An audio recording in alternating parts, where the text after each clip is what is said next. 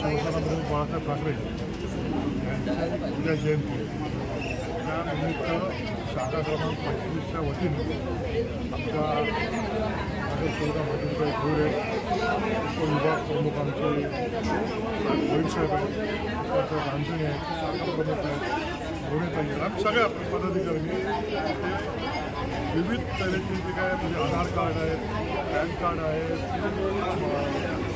म्हणजे ज्या शासनाच्या योजना आहेत पोस्टाच्या आहेत त्या सर्वात शिबिर होते. शिवसेना प्रमुखांनी आम्हाला 80% समाजकारण 20% राजकारण निवडणुका संपल्या. आता लोकांना एका ठिकाणी ही सगळी सुविधा उपलब्ध झाली पाहिजे. त्याच्यानंतर 3 दिवसाचा कॅम्प घेऊन आहे आणि मुंबईमध्ये देखील विविध शाखांनी आमच्या प्रत्येक शाखेची शिवसेनेच्या मोठ्या तऱ्हेचे रक्तदान शिबिर, त्याच्यानंतर हे असे कॅम्प, त्याच्यानंतर सत्कार, वृद्ध लोकांचा सत्कार, सिनियर सिटीजनचा असे अनेक कार्यक्रम ठेवलेले आहेत. शिवसेना नेहमीच करत आलेले. मी या निमित्ताने या शाखेने अनेक कार्यक्रम गेल्या 5-6 वर्षात राबवलेले आहेत. महानगरपालिकेतही कामं केलेली आहेत, कोविडच्या काळात कामं केलेली आहेत, परंतु हा अतिशय चांगला स्तुत्य कार्यक्रम त्यांनी केल्याबद्दल त्याचं अभिनंदन करतो.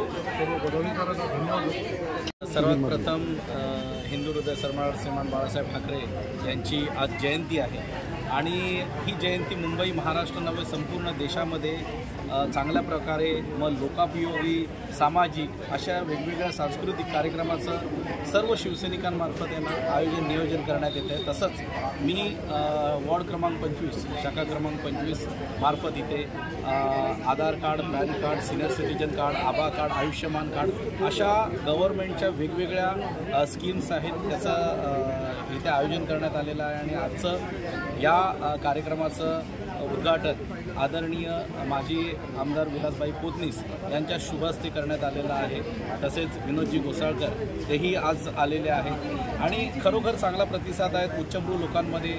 आमच्या इथे ठाकूर विलेज आहे, समतानगर, जानूपाडा या संपूर्ण स्लमपासून ते उच्चभ्रू लोकांमध्ये खूप साऱ्या गोष्टी असतात की आधार कार्ड, पॅन कार्डपासून आहे ना लोक वंचित आहे. काही लोकांना जागा प्लॅटफॉर्म मिळत नाही की कुठे करायचं, कसं करायचं. तर असा हा एक चांगला प्लॅटफॉर्म केलेला आहे आणि माझे मित्र उतेकर यांनी हा चांगला कॅम्प मला यांना ऑर्गनाईज हे करून दिलेला आहे. खरोखर 3 दिवसाचा आपला कॅम्प आहे, पण आपण त्याला 2 दिवस अजून एक्सटेंड करून 26 जानेवारीपर्यंत हा आपण कॅम्प ठेवलेला आहे.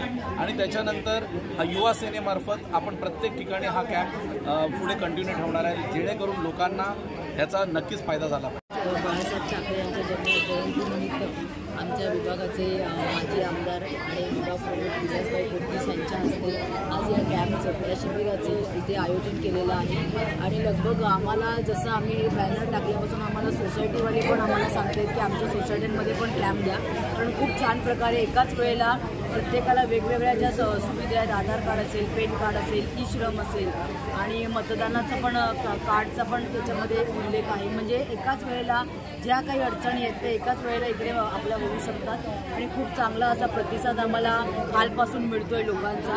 आता आज उद्घाटन केलेलं आहे. मला वाटतं इथे 3 दिवसाचा कॅम्प घेतल्यानंतर मला पुन्हा कॅम्प इथे घ्यावा लागेल, कारण लोकांचा प्रतिसाद खूप चांगला आहे. आता तुम्ही बघताय की गेली 10-15 वर्ष योगेश भोईर आणि माधुरी भोईर हे वॉर्ड नंबर 25मध्ये किती कामं आम्ही केलेली आहेत. आम्ही फक्त निवडणुकीची वाट बघतोय की निवडणूक कधी लागते, पण मला असं वाटतं की निवडणूक घ्यायला अजूनपर्यंत हे सरकार आता नवीन आलेलं आहे ते थोडंसं टंगळमंगळ करते असं दिसतंय.